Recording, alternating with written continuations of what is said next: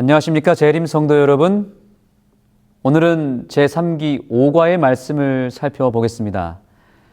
이번 주 교과는 출애굽기 전체를 통틀어서 어쩌면 가장 중요한 주제를 다루게 될 것인데요. 바로 유월절이라고 하는 사건을 통해서 하나님의 구원의 원리를 배우게 될 것입니다. 일요일부터 목요일까지의 내용을 살펴보면 매우 중요한 흐름을 발견하게 됩니다. 그것은 이번 주 교과의 내용은 철저하게 출애굽기 12장을 중심으로 그 전개가 흘러가고 있다는 것을 보게 됩니다. 그렇기 때문에 이번 주 교과는 철저하게 성경 본문을 중심으로 공부하는 것이 가장 효과적인 방법이 될 것입니다. 물론 이번 교과뿐만 아니라 출애굽기 전체의 내용을 우리가 성경 본문을 중심으로 보는 것이 매우 중요합니다. 그렇다면 이제 일요일부터 차근차근 살펴보되 성경 본문을 중심으로 살펴보겠습니다. 출애굽기 12장의 주제는 당연히 유월절입니다. 그런데 이 12장을 살피기 전에 반드시 11장을 먼저 살펴야 합니다. 유월절이라는 절기가 왜 이토록 중요한지를 알려주기 때문이죠. 우선 11장 1절의 말씀을 보겠습니다. 여호와께서 모세에게 이르시기를 내가 이제 한 가지 재앙을 바로와 애굽에 내린 후에야 그가 너희를 여기서 내보내리라. 아멘. 자, 여기서 우리는 한 가지 재앙이라고 하는 이 표현에 주목을 해야 합니다. 왜냐하면 이 한 가지 재앙은 10번째 재앙을 말하는 것인데 왜 하필이면 한 가지라고 하는 표현을 썼을까요? 그것은 먼저 일어난 9번의 재앙과는 전혀 다른 성격의 재앙이었기 때문에 그것을 강조한 것입니다.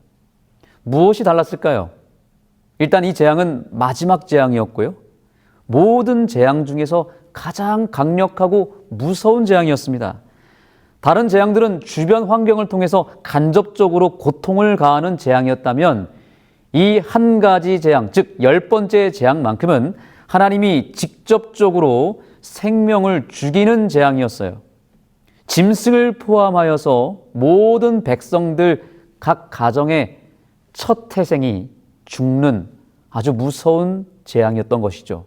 한마디로 이 재앙은 하나님의 최종적인 심판의 성격을 갖고 있었습니다. 그래서 첫 번째 재앙부터 9번째 재앙까지는 그 대상이 바로 왕과 애굽 백성들에게 해당하는 재앙이었고요. 이스라엘 백성들은 그 재앙으로부터 당연히 보호를 받았습니다. 그런데 놀랍게도 이 10번째 재앙만큼은 하나님께서 이전처럼 자동적으로 막아주시지는 않았습니다. 애굽 백성이든 이스라엘 백성이든 이 10번째 재앙을 피할 수는 없었습니다. 그런데 여기에는 분명한 이유가 있었습니다. 하나님은 이 한 가지 재앙을 통해서 하나님의 백성과 사단의 백성을 구분하기를 원하셨던 것입니다. 즉 구원받을 백성과 멸망받을 백성의 최종적 운명을 이 재앙을 통해서 명확하게 갈라내었던 것입니다. 출애굽기 11장 7절의 말씀을 볼까요? 그러나 이스라엘 자손에게는 사람에게나 짐승에게나 개 한 마리도 그 혀를 움직이지 아니하리니, 그 다음부터 중요합니다. 잘 보십시오. 여호와께서 애굽 사람과 이스라엘 사이를 구별하는 줄을 너희가 알리라 하셨나니. 자, 여러분, 이 성경절이 매우 중요한 것은 단순히 혈통적으로 애굽 사람과 이스라엘 사람들을 구분하겠다는 말이 아닙니다. 이것은 좀 더 영적으로 들어가서 살펴봐야 되는데, 마치 알곡과 가라지의 비유처럼 말이죠. 가라지를 종들이 뽑으려고 할 때 주인이 뭐라고 그랬습니까? 가만두라. 마지막에 추수 때가 되면 그때 한 번에 알곡과 가라지를 구분하겠다고 하지 않았습니까? 동일한 원리입니다. 하나님은 이 마지막 10번째 재앙을 통해서 진정한 의미에서의 애굽 사람과 진정한 의미에서의 이스라엘 사람을 구분하겠다는 거예요. 이를 통해서 하나님의 백성은 최종적으로 구원하고 사단의 백성은 최종적으로 심판하겠다는 것입니다. 자, 이것을 교과의 저자는 이렇게 표현했습니다. 하나님의 재앙은 당신의 공의의 집행이면서 사랑의 또 다른 표현이었다. 여기 보니까 중요한 단어가 두 가지가 나옵니다. 공의와 사랑입니다. 유월절을 통해서 하나님은 공의와 사랑을 집행하십니다. 공의를 집행했다는 말은 구체적으로 애굽을 심판했다는 거죠. 동시에 사랑을 실행했다는 것은 이스라엘을 구원했다는 의미입니다. 그래서 이 10번째 재앙은 다른 9번의 재앙과는 차원이 다른 재앙이었습니다. 이 한 번의 재앙을 통해서 구원과 심판이라고 하는 역사를 동시에 이루신 것입니다. 자, 그렇다면 이것이 우리에게 거울이 되었다라고 봤을 때 마지막 시대에 세상 애굽 속에 살고 있는 우리에게도 이 한 가지 재앙이 임할까요? 당연히 임하겠죠. 어떻게 임할까요? 자, 여러분, 우리의 존재와 생명을 직접적으로 치시는 재앙이 있다면 그것은 뭐라고 말할 수 있을까요? 그것을 두 자로 사망이라고 말할 수 있겠죠. 영적 이스라엘 백성들이든 영적 애굽 사람들이든 이 땅에 태어난 모든 사람에게 다 공평하게 임하는 재앙이 있다면 그것은 애굽의 마치 10번째 재앙처럼 죽음이라고 하는 재앙입니다. 이 재앙을 그 누구도 피할 수 없습니다. 하나님은 이 한 가지 재앙을 통해 구원받아야 될 이스라엘 백성과 멸망받게 될 애굽 사람을 구별하지 않겠습니까? 당연히 구별할 것입니다. 예수님께서 말씀하시기를 한 번 죽는 것은 사람에게 정한 것이요 그 후에는 무엇이 있겠다고 했죠? 심판이 있을 것이다 라고 말씀하셨습니다. 그 심판을 어떻게 통과하느냐에 따라서 우리가 하나님의 백성이 되든지 아니면 사단의 백성이 될 것입니다. 자, 그렇다면 그것을 구별하는 방법도 분명히 있지 않겠습니까? 뭔가 기준이 있어야 되지 않겠습니까? 애굽에 내린 10번째 재앙을 통해 하나님은 애굽과 이스라엘을 구별하겠다고 하셨으니 그 구별 방법도 알려주셨을까요? 알려주지 않았을까요? 당연히 알려주셨을 것입니다. 그 구별 방법이 바로 출애굽기 12장에 나타납니다. 이제 월요일 교과를 통해서 그 12장에 나타난 하나님께서 이스라엘 백성들을 구별하는 방법을 살펴보도록 하겠습니다. 출애굽기 12장으로 본격적으로 들어갑니다. 출애굽기 12장의 핵심 단어는 오로지 한 가지뿐입니다. 바로 유월절입니다. 이것은 단순한 절기가 아니라 먼저 말씀드린 대로 하나님의 백성과 애굽 백성의 운명을 결정하고 구분하는 기준점이고 구체적인 구원의 방법으로서 하나님이 직접 제시하신 명령이었습니다. 이 유월절을 우리가 유심히 아주 자세히 살펴볼 필요가 있습니다. 12장 1절부터 쭉 보시면 유월절의 특징들이 몇 가지 나타납니다. 먼저 2절의 말씀입니다. 이달로 너희에게 달의 시작 곧 해의 첫 달이 되게 하라 라고 명령하죠. 여러분, 유월절은 민족 전체를 구원하는 해방의 시점이었기 때문에 유월절을 명령하신 그 날을 기점으로 하나님은 이스라엘 백성들에게 새로운 달력을 제시하십니다. 그래서 유월절을 제정하는 그날로부터 1월 1일이 되었습니다. 이것이 첫 번째 특징입니다. 두 번째 3절입니다. 이달 열흘에 너희 메인이 어린 양을 취하라고 하십니다. 유월절의 두 번째 특징은 어린 양이 죽는 날이었습니다. 자, 세 번째 특징입니다. 그런데 그 어린 양을 잡을 때 아무 양이나 잡을 수 없었습니다. 적어도 세 가지 기준을 충족시켜야 됐습니다. 여기 보니까 흠없고 1년 된 수컷이어야 했다고 합니다. 자, 네 번째입니다. 네 번째 특징은 이 양을 죽이는 시간도 하나님이 정해주셨습니다. 날짜도 정해주셨습니다. 언제 죽이고 몇 시에 죽이라고 그랬을까요? 6절에 보니까 이달 14일까지 간직하였다가 라고 말합니다. 이달 14일이면 몇 월 며칠이죠? 1월 14일입니다. 이날이 유월절입니다. 그런데 여기 양을 죽이는 시간을 뭐라고 표현했냐면 해 질 때 회중이 그 양을 죽여야 했다고 말합니다. 해 질 때는 이 두 저녁 사이라고 하는 뜻인데 약 오후 3시 정도라고 합니다. 자, 다섯 번째 특징입니다. 양을 죽이는 것으로 끝나지 않았습니다. 반드시 그 피를 받아서 어떻게 해야 됐을까요? 그 피를 반드시 각 가정의 그 집의 문 좌우 설주와 임방에다가 피를 발라야 했습니다. 이것으로 끝나지 않았습니다. 그 다음 그 죽임 당한 양의 고기와 무교병과 쓴나물을 남김없이 다 먹어야 했습니다. 그리고 또 한 가지가 있습니다. 출애굽기 12장 26절에 보니까 고기를 먹을 때도 다음과 같은 매우 중요한 원칙이 있었습니다. 조금도 집 밖에 내지 말고, 그 다음이 중요합니다.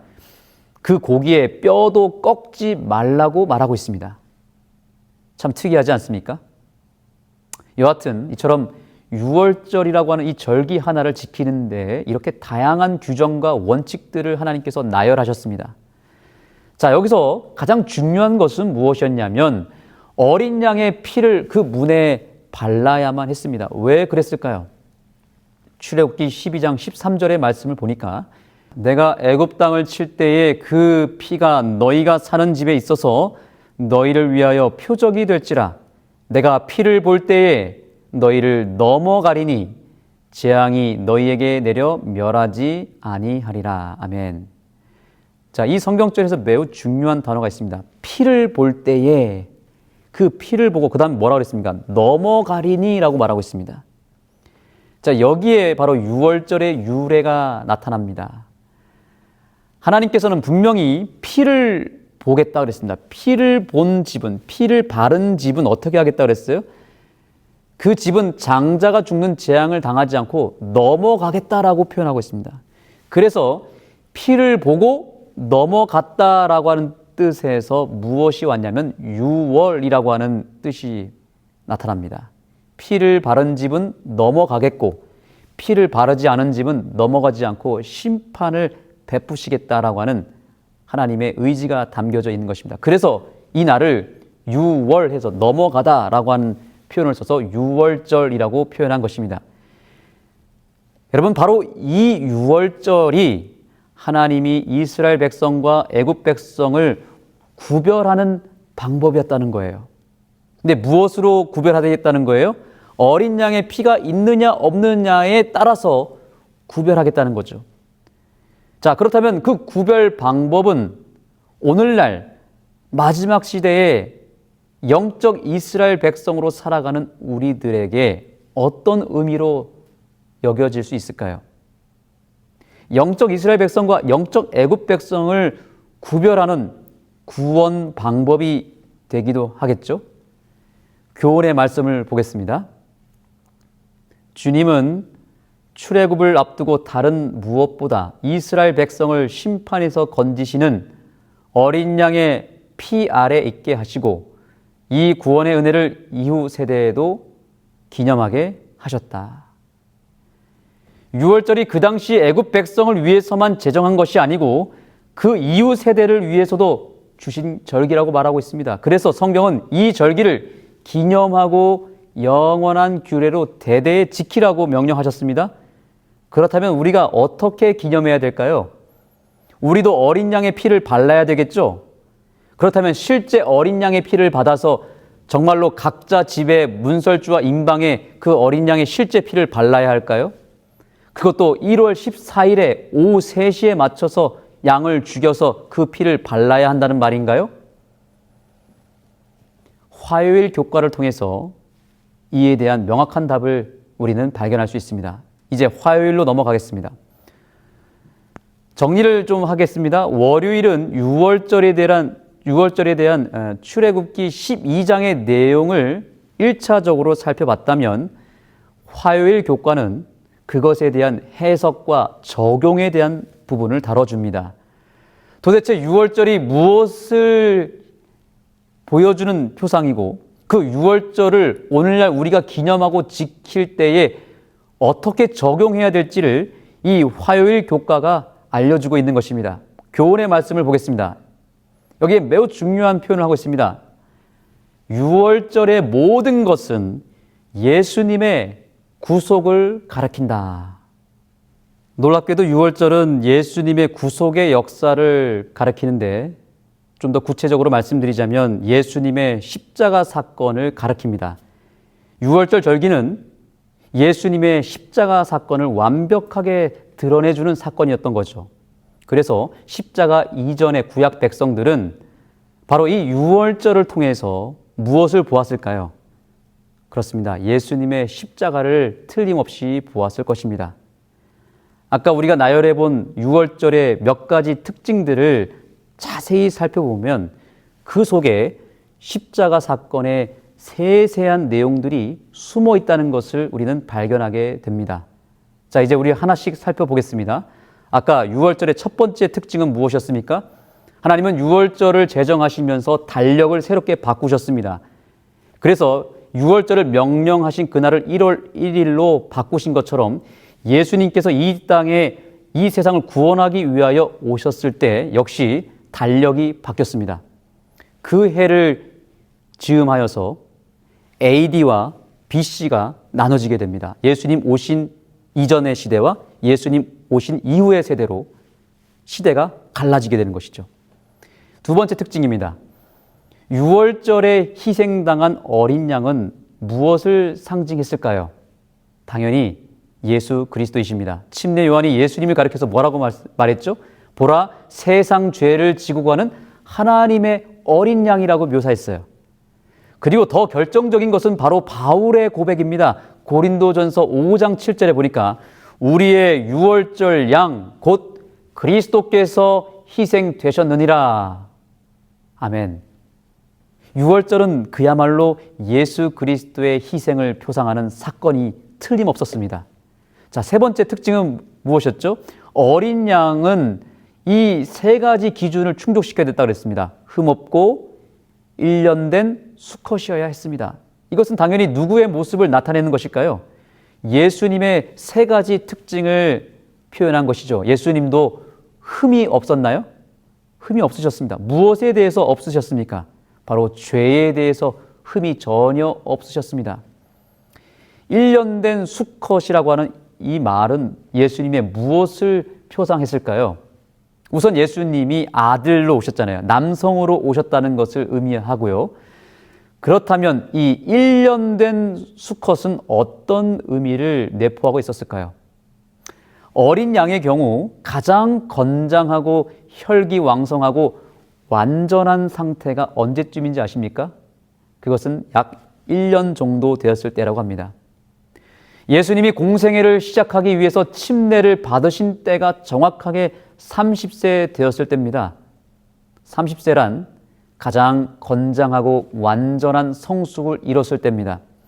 그래서 구약의 제사장도 30세부터 안수를 할 수 있었다고 합니다. 예수님은 우리의 구원을 위해서 30년 동안을 성실하게 준비하셔서 가장 건강하고 가장 완전한 성숙을 이뤘던 나이에 자신을 구별하여 십자가의 희생 제물로 그 자신을 드리신 분이십니다. 자, 그 다음 네 번째 특징은 무엇이었습니까? 양을 죽이는 날짜와 시간인데요. 언제라고 했죠?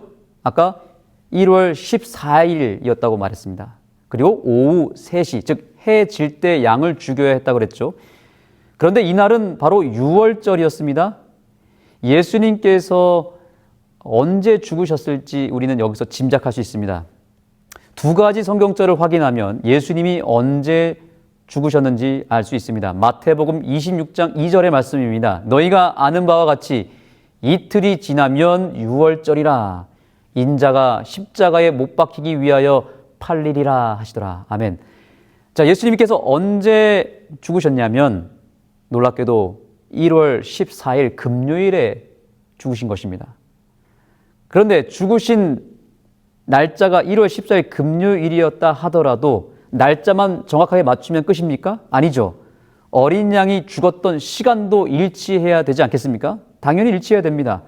마태복음 27장 26절부터 보시면 제9시쯤에 예수께서 크게 소리질러 이르시되 엘리 엘리 라마 사박다니 이렇게 말씀하셨고 곧 있다가 50절에 보니까 예수께서 다시 크게 소리 지르시고 영원히 떠나시니라 이렇게 말씀이 선포되면서 예수님이 숨을 거두십니다. 그런데 그 숨을 거두신 시점이 언제라고 말합니까? 이스라엘 시간으로는 제9시라고 말하고 있는데 이것을 오늘날의 시간으로 환산해 보니까 정확하게 해 질 때, 즉 오후 3시를 말하는 것이었습니다. 이 사실 하나만으로 우리가 믿는 예수님이 참된 구원자가 되심을 더욱 확신할 수 있지 않겠습니까? 1월 14일 오후 3시에 죽으신 예수 그리스도, 바로 유월절 양 예수 그리스도이신 것입니다. 자, 그렇다면 5번째 특징으로 들어가 보겠습니다. 양의 피를 어디에다 발랐습니까? 좌우 설주와 임방에 발랐습니다. 왜 하필 이 위치에다가 피를 발랐을까요? 이것은 예수님 양손에 피를 흘리신 그 지점을 그대로 묘사해 주었기 때문입니다. 좌우 설주는 예수님의 양손에 못 박힌 지점이고요. 임방은 가시관을 쓰시고 머리에 피 흘리신 지점입니다. 즉 좌우 설주와 임방에 피를 바른 것은 예수님의 십자가상에서 죽으신 그 예수님의 그 특징을 설명한 것이었죠. 자, 6번째 특징으로 들어가 보겠습니다.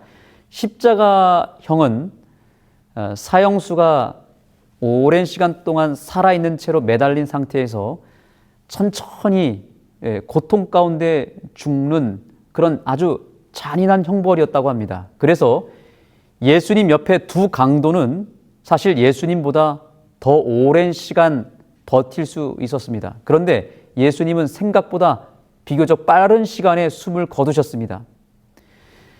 이날은 안식일 예비일이었기 때문에 제사장들은 십자가에 시체가 달려있는 것을 부정하다고 여겼고, 그래서 로마 군대에게 요청한 것은 뭐였냐면 안식일이 되기 전에 빨리 이 십자가에 달린 죄수들을 죽여서 처리해달라고 부탁합니다. 자, 이런 경우에 십자가형에서 매달려 있는 죄수들을 어떻게 죽이냐면 다리를 꺾어서 죽였다고 합니다.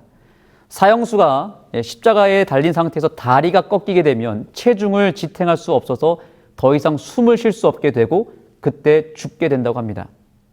그래서 예수님 양옆에 두 강도는 결국 다리가 꺾여서 죽습니다. 로마 군인들이 다리를 꺾어버립니다. 그런데 예수님은 다리를 꺾지 않았습니다. 왜 그런지 아십니까? 왜냐하면 예수님은 이미 먼저 돌아가셨기 때문입니다. 요한복음 19장 32절부터 보시면 매우 놀라운 말씀이 기록되어 있습니다. 군인들이 가서 예수와 함께 못 박힌 첫째 사람과 또 그 다른 사람의 다리를 꺾고 예수께 이르러서는 이미 죽으신 것을 보고 다리를 꺾지 아니하고 그중 한 군인이 창으로 옆구리를 찌르니 곧 피와 물이 나오더라. 여러분, 예수님이 정말 흠없고 완전한 희생 제물로서 돌아가셨다는 증거가 여기에 나타납니다. 유월절의 규정을 통해서 예언된 말씀을 우리가 아까 살펴봤습니다. 일단 1월 14일이라고 하는 날짜와 오후 3시라고 하는 시간은 물론이고, 우리가 먼저 살펴본 고기를 먹을 때 그 뼈를 꺾지 말라라고 했던 그 말씀까지 하나님께서는 예수님을 통하여 완벽하게 그 성취를 이루신 것입니다. 그 뼈가 꺾이지 아니하리라 라고 하는 그 예언을 이런 식으로 완벽하게 성취시킨 것이죠. 예수님이 오후 3시에 먼저 돌아가심으로 말미암아 다리를 꺾을 필요가 없었다는 이 놀라운 섭리를 통하여 예수님은 구원의 역사를 완벽하게 이루신 것입니다. 생애의 빛이라고 하는 책에서는 예수님이 이렇게 십자가에서 빨리 죽으신 이유는 인류의 모든 죄를 짊어지신 채 심장이 찢어져서 심장 파열로 죽으셨다고 주석합니다. 그렇습니다, 여러분. 예수님은 단지 예언을 성취하기 위한 정해진 시나리오에 의해서 그저 퍼즐 맞추듯이 죽으신 것이 아니고 십자가에서 마지막 치열한 영적 투쟁에 의해서 희생당하신 것입니다. 그 희생의 원인은 무엇이었습니까? 바로 우리의 죄 때문이었습니다. 예수님은 단순히 보여주기식의 쇼를 한 것이 아니라 저와 여러분의 모든 죄를, 인류의 모든 죄를 십자가상에서 실제로 짊어지셨고 실제로 그 죄의 무게에 눌려서 심장이 터져버린 것입니다. 오늘 이 사실을 통해서 다시 한번 내 죄가 예수님의 심장을 터뜨릴 만큼 매우 심각하고 그 죄가 컸다는 것을 인정하게 되기를 소망하고, 그 나의 무시무시한 죄가 그대로 십자가상에서 예수님에게 전가되어 철저하게 나를 대신해서 예수님이 형벌을 받고 영원한 사망을 당하셨다라고 하는 그 사실만큼은 우리가 역사적 사실 속에서 믿게 되기를 간절히 소망합니다. 이제 수요일 교과를 보겠습니다. 불꽃을 전하라 라고 하는 제목의 의미가 우리에게 매우 중요한 사명을 알려주고 있습니다. 이 유월절 사건이 얼마나 중요했는가 하면 하나님께서는 이것을 자손 대대로 지키고 기념하라고 하셨습니다.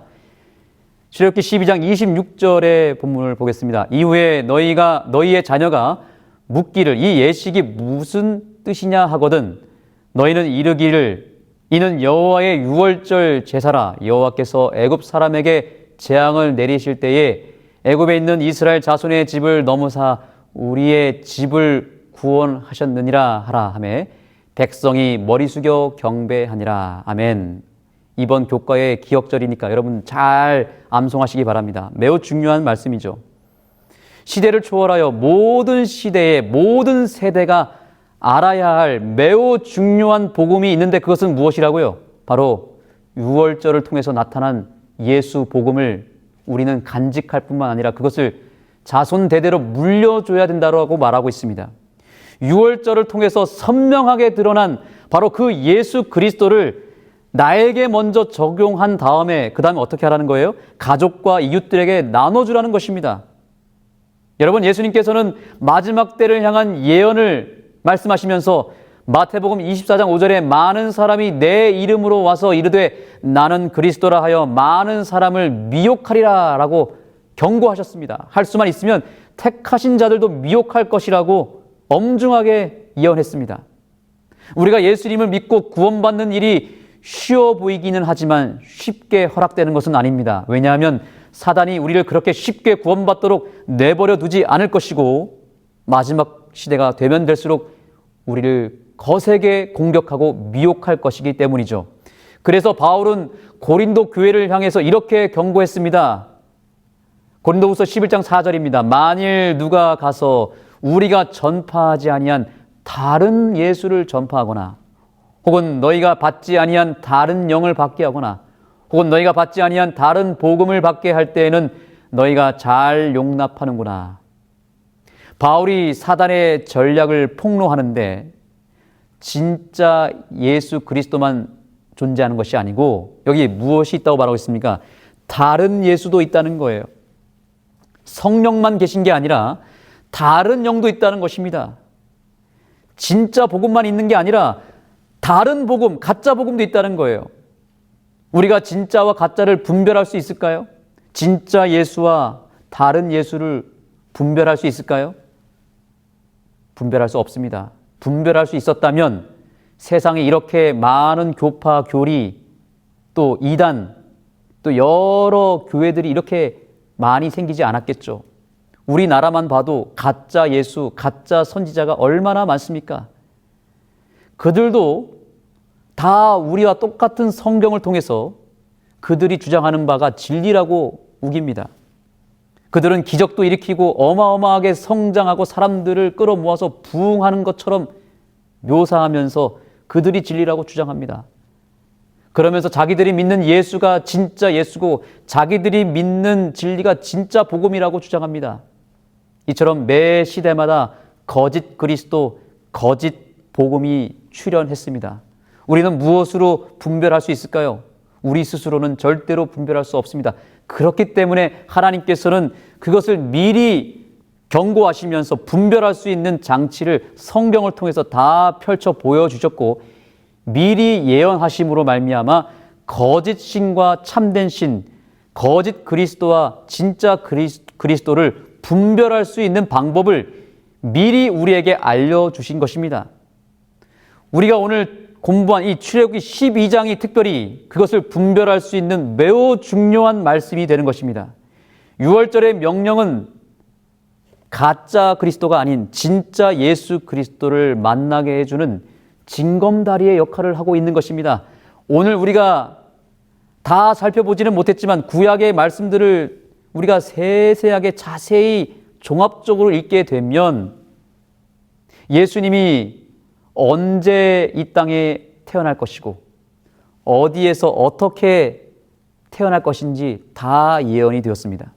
그리고 어떤 이름으로 오실지, 그리고 어디에서 살면서 언제까지 살 건지도 다 예언이 됐습니다. 또한 우리가 오늘 살펴봤듯이 언제 몇 시에 어디에서 죽으실 것인지, 어떠한 모습으로 죽으실 것인지까지도, 심지어 죽으실 때 어떤 말을 하고 죽을 것인지까지도 구약 성경 여러 곳에서 예언을 하셨습니다. 우리가 그 구약 성경에서 묘사된 모든 예언들을 마치 퍼즐을 맞추듯이 쫙 맞춰 놓으면 우리 앞에 진짜 예수 그리스도가 발견되어지는 놀라운 기적을 경험하게 될 것입니다. 그 모든 것들을, 그 모든 구약의 말씀들을 다 완벽하게 성취시킨 존재가 이 세상 역사에 통틀어서 몇 분이나 계실까요? 두 분일까요? 세 분일까요? 오로지 단 한 분밖에 없습니다. 우리가 알고 믿고 있는 바로 그 예수 그리스도 외에는 그 어떤 존재도 하나님의 말씀을 온전히 이룰 수 있는 사람은 아무도 없다라고 하는 것이 성경을 통해서 드러난 것입니다. 특별히 오늘 출애굽기 12장의 내용이 바로 그것을 알려주는 매우 중요한 말씀이 됩니다. 너무 감사하지 않습니까? 내가 알고 믿는 그 예수님이 참된 메시아이고 하나님의 아들이신 것을 우리는 이 성경의 예언이 아니고서는 결코 우리 스스로는 찾아볼 수 없겠지만 하나님은 오늘 우리에게 그 참된 메시아 진짜 예수 그리스도를 만나게 해주셨다는 사실입니다. 우리가 우리의 후손들과 가족들에게, 우리의 친구들에게 전파해야 할 예수는 바로 오직 성경에 예언된, 기록된 말씀을 토대로 하여 그 말씀을 1.1획도 어기지 아니하고 완벽하게 다 이루시고 성취하신 그 예수 그리스도, 그분을 우리는 만나야 되고 그 예수님을 증거해야 되는 것입니다. 6월절의 절기의 모든 내용을 완벽하게 이루신 그분만을 우리는 믿어야 합니다. 참 진리 되시는 예수 그리스도를 오직 성경 말씀을 중심으로 풀어서 설명해 줄 수 있는 교회를 만나야만 되는 것입니다. 그 교회가 어느 교회겠습니까? 저는 확신하건대 저와 여러분이 몸담고 있는 제7일 안식일 예수 재림교회, 성경 예언상 남은 자손, 남은 교회로 예언된 그 교회가 바로 참된 메시아 예수 그리스도를 증거하는 교회라고 확신합니다. 그 교회에 우리가 다니고 있는 것은 이 세상에서 받을 수 있는 최고의 축복인 것입니다. 예수 그리스도를 그저 추상적으로 알고 믿는 경우들이 상당히 많습니다. 그냥 베들레헴에서 나셔서 때가 되어 십자가에서 죽으신 분, 이렇게 알고 있는 경우도 너무나 많습니다. 그러나 이것은 위험합니다. 왜냐하면 그 당시에 예수라고 하는 이름으로 베들레헴에서 비슷한 시기에 비슷한 모습으로 태어난 사람이 또 다른 존재가 있으면 어떡하겠습니까? 만약에요. 또 예수님과 비슷한 시기에 십자가에서 죽은 30대 남자가 또 다른 한 명이 있을지 어떻게 알겠습니까? 우리는 성경 말씀이 뚜렷하게 증거해주고 드러내주는 그 예수님을 자세히 살펴보고 정확하게 성경을 통해서 그 예수님 한 분만을 만나야 되는 것입니다. 이것이 우리의 사명인 것이죠. 그래서 저자는 이렇게 말합니다. 6월절 경험은 마치 현재의 일처럼 생생하게 전달되었다. 하나님이 하신 놀라운 일, 가르침을 전함으로 듣는 이와 말하는 이 모두가 구원의 은혜에 동참한다. 여러분, 참된 부흥은 어디서 시작될까요? 그것은 참된 예수 그리스도가 증거되는 곳에서 일어납니다. 예수님께서 말씀하시기를 내가 들리우면 모든 사람을 내게로 이끌겠다라고 약속하셨습니다. 우리가 가정에서, 교회에서 있는 그곳에서 목숨을 다해 해야 될 일이 있는데 그것은 무엇입니까? 우리가 하나님의 성경 말씀에서 만난 그 예수님, 특별히 십자가의 그 예수를 가감없이 성경을 중심으로 증거하는 일이 일어난다면, 즉 예수가 우리가 있는 그곳에서 높이 들리우신다면 그곳에 많은 사람이 모이게 되는 것입니다. 많은 사람이 그 예수가 높이 들리운 곳에 이끌려오는 놀라운 역사를 경험하게 되는 것입니다. 예수님의 이름을 부르고 예수 그리스도의 십자가를 높이 들어서 많은 백성들이 마치 광야에서 놋뱀을 들었을 때 그것을 쳐다본 즉 많은 사람들이 살아났던 것처럼 그 구원의 역사가 오늘날 십자가에서 죽으신 예수 그리스도를 모세가 광야에서 놋뱀을 든 것처럼 우리가 예수님의 십자가를 높이 듦으로 말미암아 그것을 쳐다보는 백성들이 살아나고 구원받는 그런 부흥의 역사가 저와 여러분의 가정과 교회에서 임하게 되기를 간절히 소망합니다. 이제 마지막 목요일 교과를 살펴보겠습니다. 우리가 유월절을 통해서 마지막으로 살펴야 될 중요한 한 가지 주제가 있습니다. 그것은 하나님은 유월절을 통해서 심판을 내렸다는 것입니다. 누가 심판을 받았을까요? 최종적으로 바로 왕이 심판을 받습니다. 또한 애굽의 신들을 다 멸하는 역사가 일어납니다. 교과의 본문을 보겠습니다. 애굽의 마지막 재앙은 장자에게 내렸다. 그것은 애굽의 모든 거짓 신들과 이 거짓 신들을 숭배하는 모든 이들에 대한 하나님의 심판이었다. 이 거짓 신들은 그들의 열망과 욕구, 두려움이 투영된 가치 없는 우상이었다. 유월절을 통해서 애굽의 신들을 심판하신 것처럼 오늘날 말세에 예수 그리스도의 십자가를 통하여 예수님의 피를 소유하고 그 피를 바른 백성들은 어떠한 축복을 받게 되냐면 우리 인생을 괴롭히는 사단의 영과 우리가 추구하고 사랑했던 세상의 우상들이 심판을 받고 멸해지는 역사가 우리 속에서 일어나는 것입니다.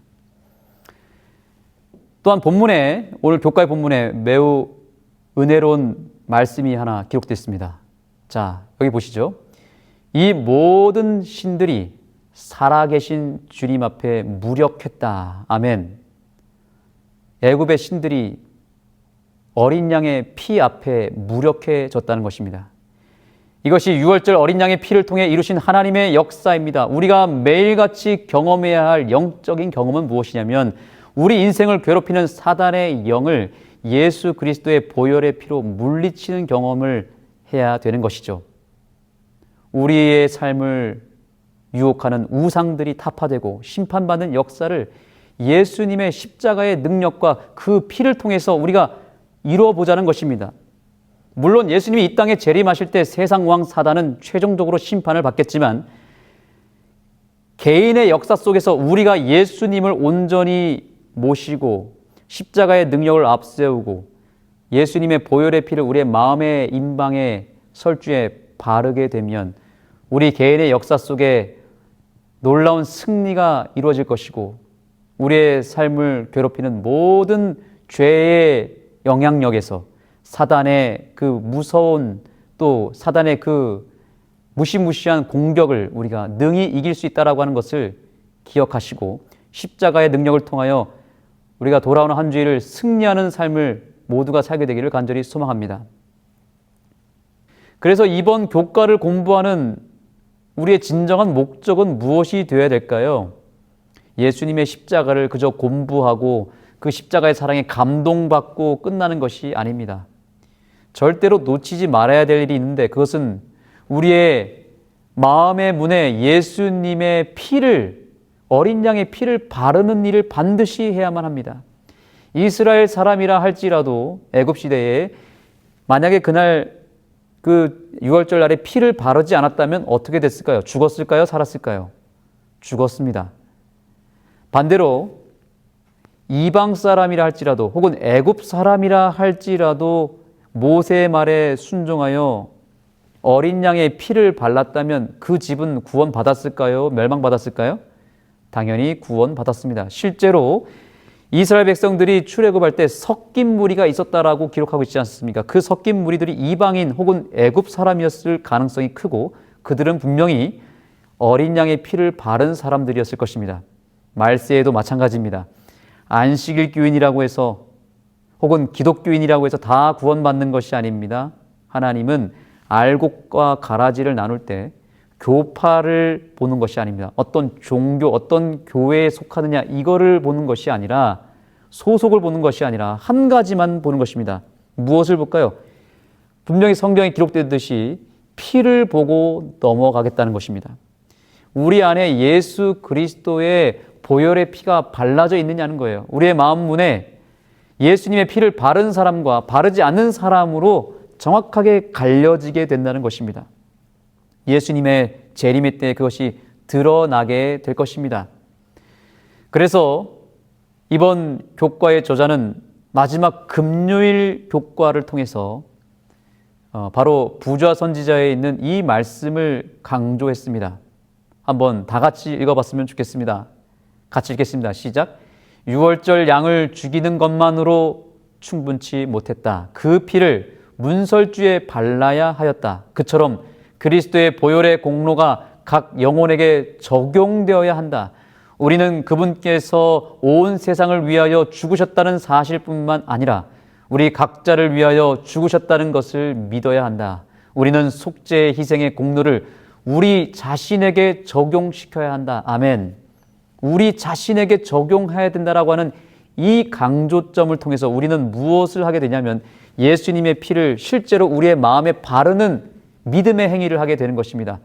내가 구원받기 위해서 나의 어떤 노력과 내 공로가 무엇이어야 되고 내가 어떤 노력을 해야 될지를 생각하는 것이 아니라 오로지 한 가지만 생각해야 됩니다. 예수님이 나를 위해서, 나의 구원을 위해서 무엇을 해 주셨는지를 자꾸 생각하는 것, 그것을 자꾸 되새기는 것이 바로 피 바르는 행위인 것입니다. 예수님의 십자가를 매일 매순간 묵상하고 바라보는 것. 그래서 엘렌 화이트는 이렇게 얘기했죠. 하루에 10분만이라도 잠깐만이라도 무엇을 생각하라고요? 예수님의 죽음을 생각하고 십자가상의 예수님을 묵상하라고 우리에게 권면하고 있지 않습니까? 그것이 바로 우리의 마음에 피를 바르는 것입니다.